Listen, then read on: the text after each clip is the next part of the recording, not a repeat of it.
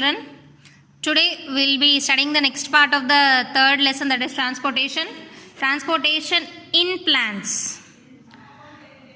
As we have already studied in the previous classes about the von Hellman's experiments on plants, which get water that contain minerals from soil through their roots, and the water absorbed by roots and food prepared by leaves are supplied to the remaining parts of the plant by vascular bundles having xylem and phloem. And today now we'll just see how the roots absorb the water. Absorbing of water by root hairs. There is an activity. In this activity, what we are supposed to do, we are supposed to take some mustard or bajra seeds and sprout them and examine some mustard seedlings which have been grown on the wet filter paper. And when we observe these mustard seeds under the hand lens, we will be seeing a fine white color thread-like material, and these are called roots, and they have fine microscopic structures called root hairs also, and these are root hairs through which water enters the plant. And gently squash the portion of the root hair between the slide and the cover slip in a drop of water, and when we'll observe it under the microscope, we'll be seeing that the thinness of the walls of the root hairs. And here the osmosis plays an important role in movement of water from root hairs to xylem. Every living cell acts as an osmotic system, and the cytoplasm lining of the cell wall acts as the semi-permeable membrane. The root hairs grow out into the spaces between the soil particles, and that the root hairs are surrounded by moisture. The soil water is an extremely dilute solution of salts. Soil water concentration is more dilute than that of the cell sap in the root hair. Therefore, water will pass into the vacuole of the root hair by osmosis.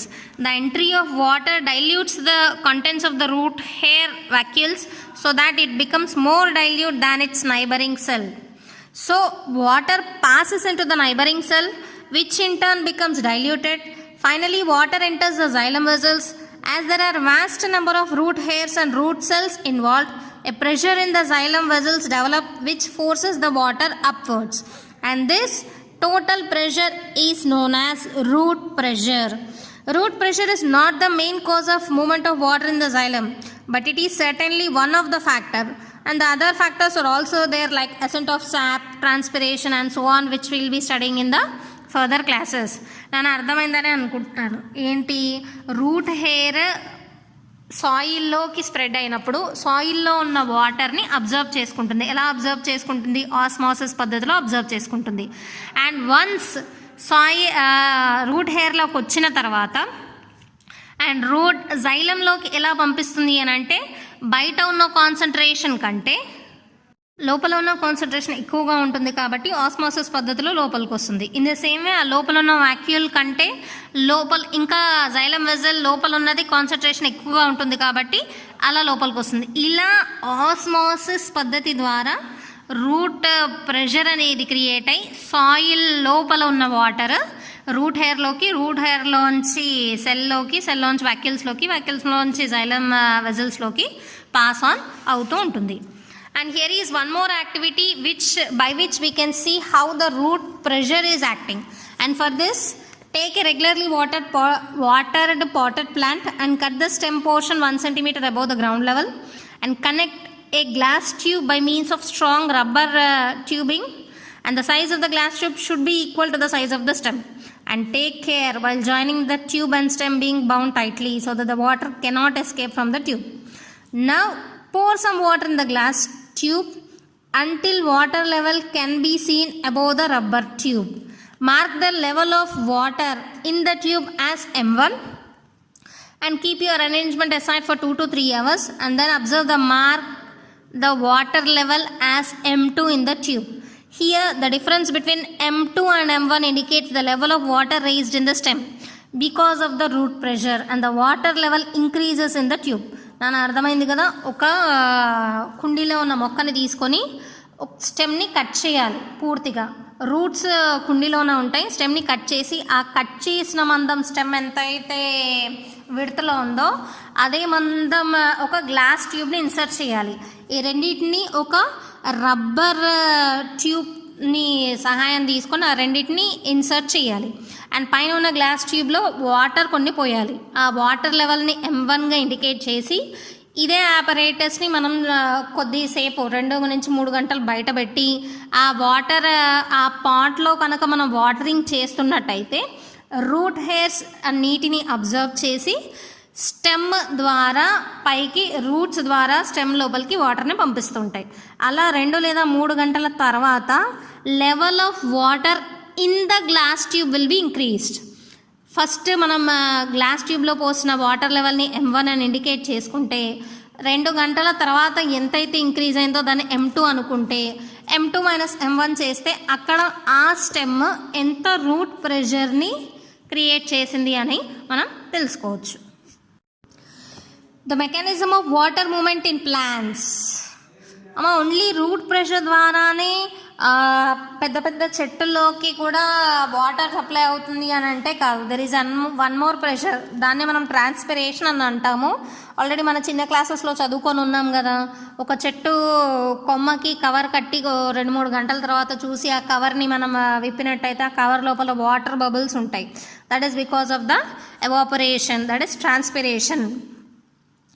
The water evaporates through stomata of leaves and lenticels of stem, as you already know we have studied in the earlier classes. When the leaves transpire, there is a pulling effect on the continuous column of water in the xylem vessels, and the top ends of these vessels are surrounded by the leaves mesophyll cells which contain cell sap. So the water is continuous from the xylem vessel to the walls of the mesophyll cells, from which it evaporates into the air spaces, causing the pull. And the water column does not break because of its continuous molecular attraction, and this is a property of water what we will demonstrating every time when we drink water or juices through a straw. Now we have a picture of the water conducting system of a tree. Water is absorbed by osmosis from the soil by the root hairs, and this is passed into the xylem vessels, which forms a continuous system of tubes through root and stems into the leaves.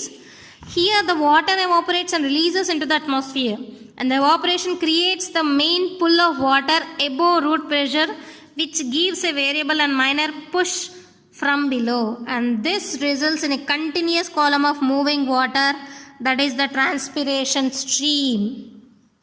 The amount of water passing through a plant is often considerable.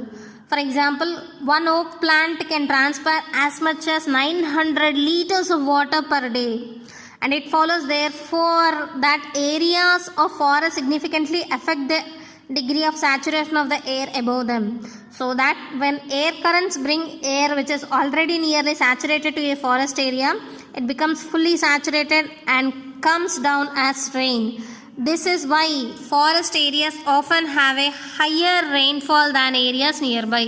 అర్థమైంది కానీ transpiration pull ద్వారా నీరు బాగా evaporate అవుతుంది, and evaporate అయిన నీరు బాగా saturate అవుతుంది. అలా గాలి అటు ఇటు వీస్తూ మన ఫారెస్ట్ దగ్గరికి రాగానే ఆల్రెడీ అవి బాగా సాచురేట్ అయి ఉన్నాయి కాబట్టి ఫారెస్ట్ ఏరియాలో ఎక్కువ వర్షపాతం ఉంటుంది మిగతా ఏరియాస్తో కంపేర్ చేస్తే. కానీ ఒక్కసారి మనం చూసినట్టయితే each fully grown maize plant transpires 15 liters per week, and 1 acre of maize may transpire more than 13,25,000 liters of water in a 100-day growing season. My God. A big mango tree will transpire from 750 to more than 3,500 liters of water per day during growing season. ఎంత transpiration జరుగుతుందో చూడండి. Okay, children, next coming to our topic, transport of mineral salts. We know that the mineral salts are necessary for plant nutrition, and that they are obtained from the soil solution through the root hairs. And the salts are in the form of electrically charged ions, that is sodium chloride ni sodium plus chloride minus ions laga chudochu, and magnesium sulfate ni magnesium 2 plus and sulfate 2 minus ani chudochu. But they are not absorbed into the root hairs by the simple process of diffusion, but it involves the use of energy by the cytoplasm. Once the ions are absorbed, the ions travel along with the water in the xylem vessels and pass to the growing points in the plant, where they are used for growth purposes. Transport of minerals in materials and plants. అసలు ప్లాంట్స్లో transportation ఎలా జరుగుతుంది? Water అంటే xylem ద్వారా transport అవుతుంది. మరి food materials ఎలా? Food such as sugars which are synthesized in the green parts of a plant. అంటే ఆకులు షుగర్స్ని ఫుడ్ని తయారు చేస్తాయి. ఆ తయారు చేయబడ్డ షుగర్స్ని ఫ్లోయం ద్వారా ఏ బాడీ పార్ట్స్కి అయితే అవసరమో ఫుడ్ ఆ బాడీ పార్ట్స్కి ట్రాన్స్పోర్ట్ చేస్తాయి. The veins of a leaf consist of xylem and phloem, and these tissues are continuous with the stem, and the following experiments provide evidence that food is transported in the phloem cells. అమ్మ phloem సెల్స్లో food transport అవుతుంది అని చెప్పడానికి ఇక్కడ ఒక experiment ఉంది నాన్న. ఆ experiment కనుక మనం చూసినట్టయితే, phloem sieve tubes are extremely very small and the analysis of their contents is not easy. For this reason, biologists studied about food transportation in plants with the help of aphids. When you see aphids clustering around the young stems of plants as they feed on the plant juices, to obtain these juice, an aphid pierces the plant tissues with its long needle-like organ called proboscis, and it can be shown when a feeding aphid is killed and the stem carefully sectioned, the proboscis only penetrates into the phloem sieve tube, and this proboscis also provides a ready-made means of obtaining the juice for analysis. And the experiment can be done in this way. An aphid is killed while in the act of feeding, and the body is then carefully cut away, leaving the hollow proboscis still inserted into the phloem. And it is found that because the contents of the phloem sieve tubes are under slight pressure, the fluid slowly exudes from the cut end of the proboscis in the form of drops, and these drops are then collected and analyzed, and the fluid is found to contain sugars and amino acids. అర్థమైంది కన్నా? ఒక green fly చెట్టుని పొడిచే క్రమంలో కనుక మనం ఆ green ఫ్లైని చంపేసి ఆ ముక్కుని మాత్రం, proboscis పొడుగ్గా ఉన్న ముక్కుని మాత్రం చెట్టులోనే ఉంచి ఆ పురుగుని మాత్రం చంపి ఆ proboscis నుంచి కనుక వేరు చేసినట్టయితే ఆ proboscis ఎంత లోపలికి వెళ్తుంది అని అంటే ఫ్లోయం సీవ్ ట్యూబ్ దాకా ఆ proboscis దాని ముక్కంట వెళ్తుంది. ఎందుకు అంటే ఫ్లోయం సీవ్ ట్యూబ్ ద్వారా ఫుడ్ మెటీరియల్ షుగర్స్ అనేవి ట్రాన్స్పోర్ట్ అవుతాయి కాబట్టి. అండ్ ఆ proboscisని కనుక మనం జాగ్రత్తగా అబ్జర్వ్ చేసినట్టయితే ఫ్లోయంలో ఏదైతే ఫుడ్ మెటీరియల్ ఉందో ఆ proboscisలో కూడా అదే ఫుడ్ మెటీరియల్ ఉంటుంది. అండ్ ఇక్కడ ప్రెషర్ ద్వారా ఏం జరుగుతుందంట, even some amount of food material ఆ ఫ్లూయిడ్ అనేది బయటికి కూడా వస్తుందంట. Okay, and there is one more experiment regarding the ఫారెస్ట్లో మనం చెట్లు నాటితే ఎందుకు దాని చుట్టూ ఫెన్సింగ్ అనేది వేస్తాము, కొత్తగా చేసిన ప్లాంటేషన్కి వైర్ నెట్టింగ్ అనేది ఎందుకు చేస్తాము అని అంటే నాన్న, సేమ్ దాని యంగ్ స్టెమ్స్లో ఫుడ్ మెటీరియల్ చాలా ఉంటుంది కాబట్టి. అండ్ ర్యాబిట్స్ అనేవి ఆ యంగ్ స్టెమ్ని కొరికేసి దాంట్లో ఫ్లోయంలో ఉన్న షుగర్స్ని అబ్జర్వ్ చేస్తూ వాటిని తింటూ ఉంటాయి. దానివల్ల ఏమవుతుంది, చెట్టు పెరగదు అవునా, ఎందుకంటే దాని ఆహారాన్ని కనుక తీసేసుకున్నట్టయితే చెట్టు పెరుగుతుందా, పెరగదు. And for this what they will be doing, let's see. Further experiments to illustrate the conduction of the sugars by the phloem have been done by removing a ring of bark from a shoot to expose the wood. Remove all tissues from the center towards including the phloem. After a few days, when the tissues above and below the rings were analyzed, it was shown that food had accumulated above the ring but was not present below it. If it is left for some more time, the stem increases in thickness immediately above the ring, but no growth occurred below it.